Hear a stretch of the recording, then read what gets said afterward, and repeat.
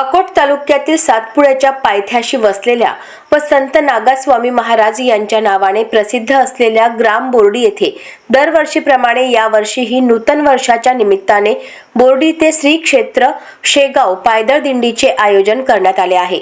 श्री संत नागास्वामी महाराज संस्थानचे विश्वस्त आणि गावकरी यांनी पायदळ दिंडीचे भव्य दिव्य आयोजन केले आहे।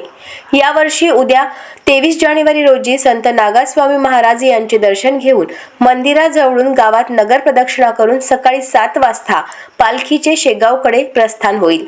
तसेच आज सायंकाळी बोर्डी गावातून वाजत गाजत पालखीसह दिंडी निघाली।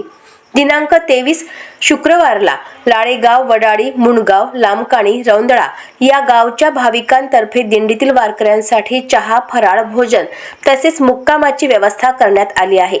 दिनांक 24 शनिवारला देवरडा, अंदुरा, चहा, फराळ, भोजन व मुक्कामाची व्यवस्था करण्यात आली आहे। दिनांक 25 रविवारला निंबा, लोहारा येथे चहा, फराळ, भोजन व मुक्कामाची व्यवस्था करण्यात आली आहे। दिनांक 26 जानेवारी रोजी दिंडी शेगाव येथे पोहोचणार आहे।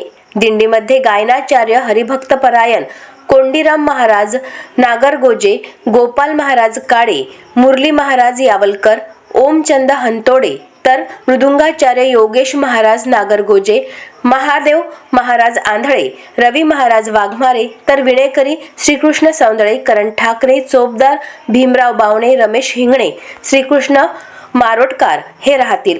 दिंडीसोबत गावातून वाहन सेवा सुद्धा राहणार आहे। अजिंक्य भारत न्यूज साठी देवानंद खिरकर, अकोट तालुका प्रतिनिधी। अशाच महत्त्वपूर्ण बातम्यांच्या अपडेटसाठी अजिंक्य भारत न्यूजच्या पेजला फॉलो करा आणि सबस्क्राइब करा। Thank you for watching.